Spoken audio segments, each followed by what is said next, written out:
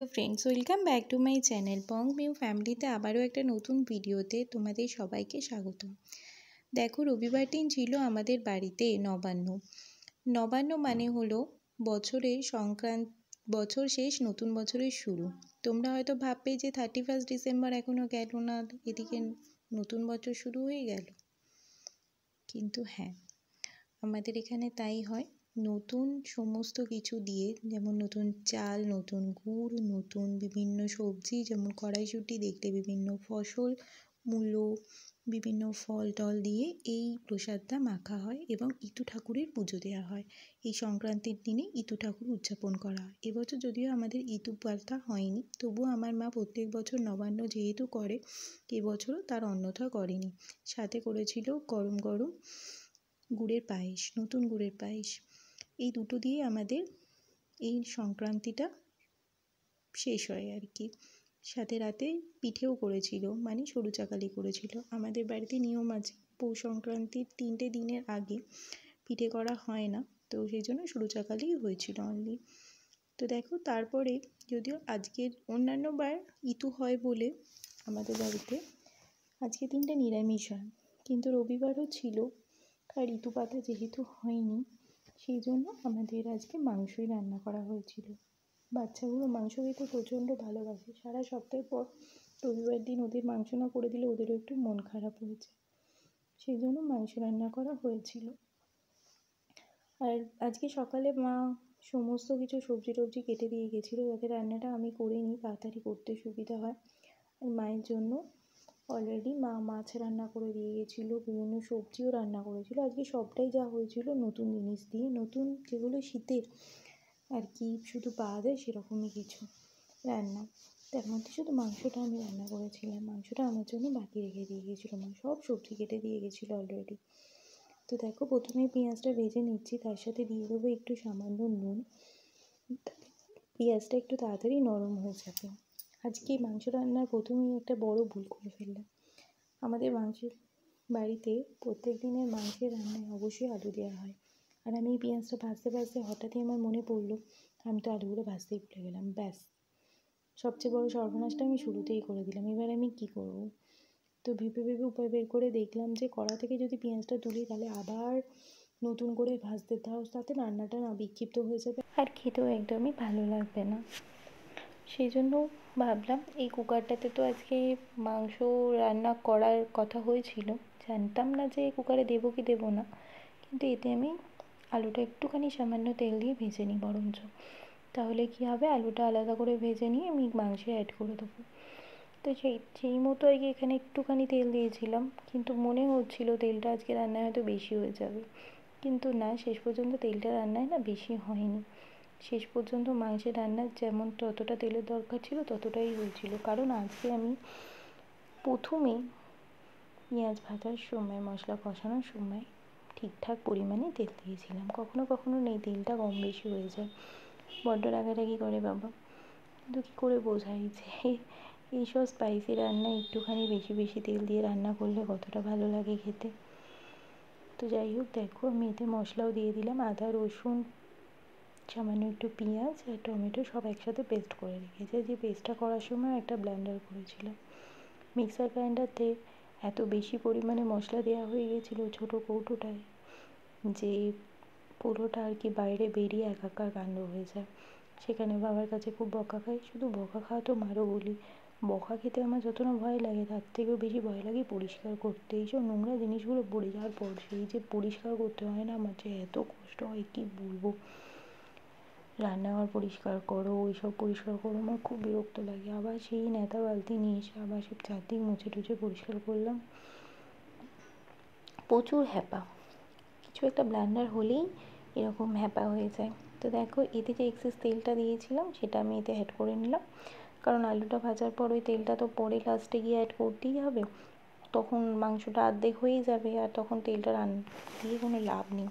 তাই মশলাটা কষানোর সময় আমি তেলটা দিয়ে দিয়েছিলাম। এই স্টেজে গিয়ে আমার পুরো মনে হচ্ছিলো যে আজকে তো কনফার্ম রান্নায় তেল বেশি হবে আর বাবার কাছে আমি বকা খাবোই খাবো।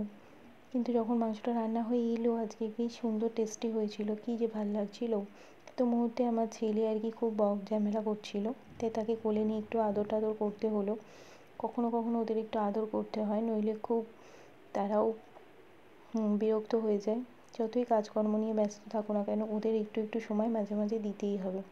তো দেখো রান্নাঘরে আমি আর আমার ছেলে নাচানাচি শুরু করে দিয়েছি। একটা নতুন গান বেরিয়েছে, সেই মিউজিকটা আমি আর আমার ছেলে মাঝে মাঝে নাচ করছি। আমার ছেলে না গান শুনতে খুব ভালোবাসে।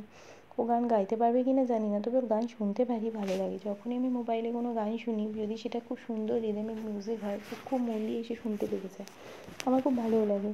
তো দেখো একটু নাচানাচির পর ছেলে আর আমি মিলে ওকে নামিয়ে দিলাম, আর ওকে বলতে লাগলাম তুমি দূর থেকে দাঁড়িয়ে দেখো বাবা, কারণ ওরা গ্যাসের কাছে আসতে খুব ইন্টারেস্টেড থাকে, হাতা খুন্তি এসব নিয়ে নাড়ানাড়ি করতে খুব ভালোবাসে। কিন্তু কী করে বোঝায় যেগুলোতে ওদের গরম বা আঘাত লেগে যেতে পারে, খুব ভয় লাগে যে। তো দেখো এতক্ষণে মাংসটাও দিয়ে দিয়েছি।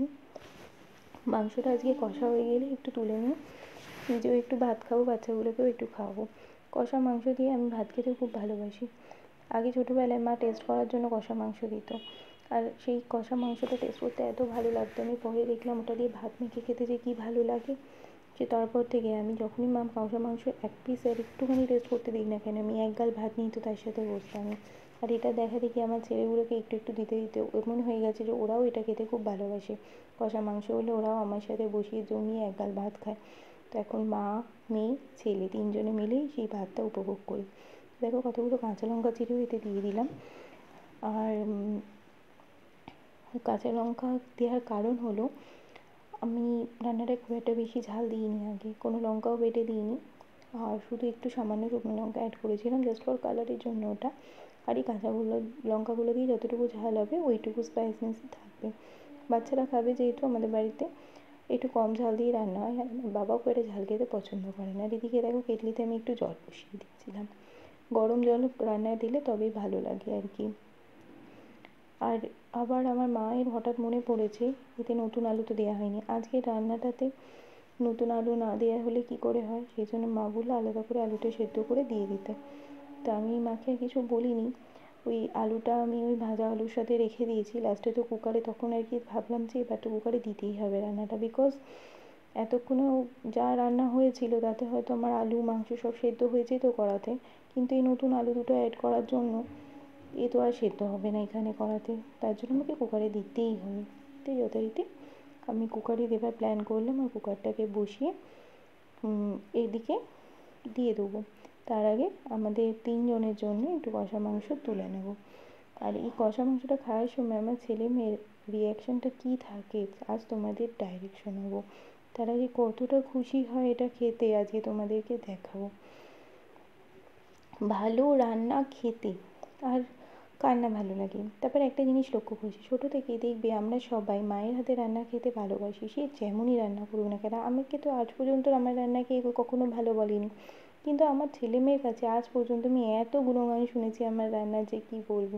ওরা আমার হাতে তৈরি সব রান্না খেতে খুব ভালোবাসে, মানে এত ভালো লাগে তখন আর কি ফিল করতে পারি। আমি যেমন আমার মায়ের হাতে রান্না খেতে ভালোবাসি, ওরা তেমনি আমার হাতে রান্না খেতে ভালোবাসে। খুব ভালো লাগে এই জিনিসটা, এই ফিলিংসটা যে কী ফিলিংস মানে বলে বোঝাতে পারবো না, যেটা আজ পর্যন্ত আমাকে অন্য কেউ বলেনি সেটা ওরা বলে। যাই হোক, গরম জলটা দেওয়ার পরে এখানেও একটা ব্লান্ডার করে ফেলেছিলাম আজকে, এখানে গরম জলটা উল্টে গেছিলো এবার দেখার পরে, এবার তাড়াতাড়ি ওটাকে সরিয়ে বেসিনে রেখে দিলাম। তো এদিকে দেখো আমি ভাত বেড়ে নিয়েছি, তারপরে দেখো বাচ্চাগুলো খেতে খেতে কি বলে। হ্যাঁ মাছ ভাত খাবো, মাছ ভাত খাবো। তোমরা ভালোবাসো না? কোথায় বাচ্চা কাটাটি কোথায় বাটাটি? এই যা তুই, যা এই যা এই যা এই যা মামা তো এই যা তুই। দেখো দেখো আরে ভাত খাও, দেখো আমি চল জল দেবো না কো কোথায় চল চল।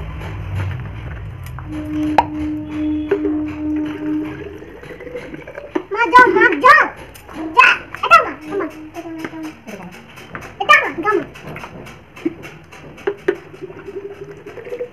আবার চিংড়ি মাছ খাবো। চিংড়ি মাছ খাবো? কাদের বাড়ি চিংড়ি মাছ আছে?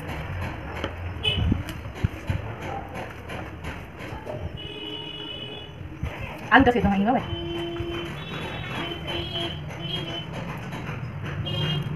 আলু সেদ্ধ হয়নি, মাংস দেবো।